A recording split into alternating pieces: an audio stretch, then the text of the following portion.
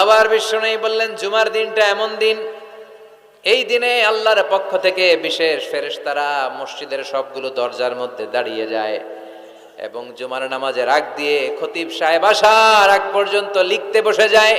কে কে মসজিদে ঢুকে নামগুলো তারা কাউন্ট করে, এন্ট্রি করে।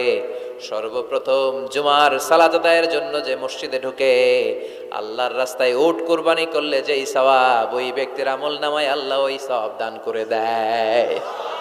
সর্বপ্রথম জুমার দিন যে মসজিদে ঢুকে ফালাহুল বুদনা, তার জন্য থাকে একটা উট কুরবানির সওয়াব। ওনার পরে যে ঢুকবে ফালাহু বাকারা, তার জন্য গরু কুরবানির সওয়াব।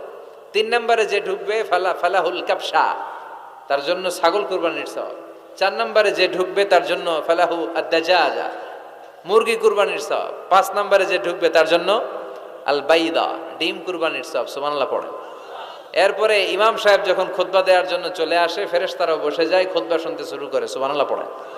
তাহলে এই জুমার দিনের আলাদা সিগনিফিকেন্স আল্লাহর কাছে আছে না নাই? বেশি না কম? আলহামদুলিল্লাহ যে এই দিনটাকে আমরা ছুটির দিন হিসেবে পেয়েছি। 1984 সালে তৎকালীন প্রেসিডেন্ট হুসাইন মোহাম্মদ এরশাদ সাহেবের নাম শুনছেন? হ্যাঁ, উনি এটাকে রাষ্ট্রীয়ভাবে জুমার দিন হিসেবে ঘোষণা করেছিলেন। ওনার কল্যাণে আমরা এই দিনটাকে স্টিল নাও, এখনো পর্যন্ত এটাকে আমরা ছুটির দিন হিসেবে পেয়েছি। উনি ইসলামের জন্য অনেক কাজ করছেন, আবার স্বৈরাচারীও করছেন। তো ভালো খারাপ নিয়েই মানুষ, ঠিক কিনা? খারাপটার আমরা না বলি। আল্লাহ তোমার এই বান্দার এই ভালো কাজটাকে তুমি কবুল করো। পৃথিবীর অনেক মুসলিম দেশেও এই শুক্রবারকে, এই জুমাবারকে তারা ছুটির দিন রাখতে পারে নাই।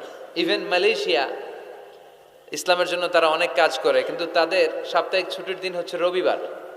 সানডেতে তারা উইকেন্ড পালন করে। এর কারণ অনেক খ্রিস্টান দেশের সাথে ওদের ফিনান্সিয়াল অ্যান্ড কমার্শিয়াল ট্রানজ্যাকশন হয়। তো শুক্রবারে যদি এই কাজ করে, জুমার দিনে যদি এই কাজ করে, আর রবিবারে যদি তারা করতে না পারে, তাহলে একদিন তারা পিছিয়ে যায়। এই ফিনান্সিয়াল ট্রানজ্যাকশনকে ঠিক রাখার জন্য রবিবারে মালয়েশিয়াতে ছুটির দিন হিসেবে ঘোষণা দিয়েছে। কিন্তু বাংলাদেশে সাপ্তাহিক ছুটির দিন কোনটা? খুশি না বেজার? চিল্লায় পড়ে আলহামদুলিল্লাহ। এজন্য রব্বুল আলামিন বলেন, ইয়া